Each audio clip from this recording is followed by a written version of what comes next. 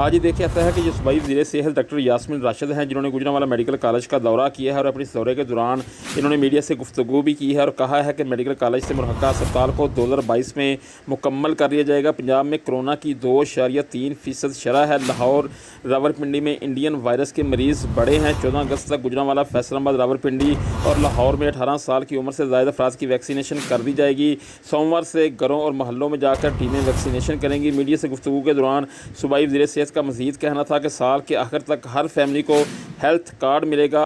Azad Kashmir election کے لیے ہونے والے جلسوں کے بارے میں ان کا کہنا تھا کہ جلسوں میں کسی کو بھی نازیبا الفاظ استعمال نہیں کرنے چاہیے۔ عمران خان کا نواز شریف کے ساتھ مقابلہ نہیں کرنا چاہیے۔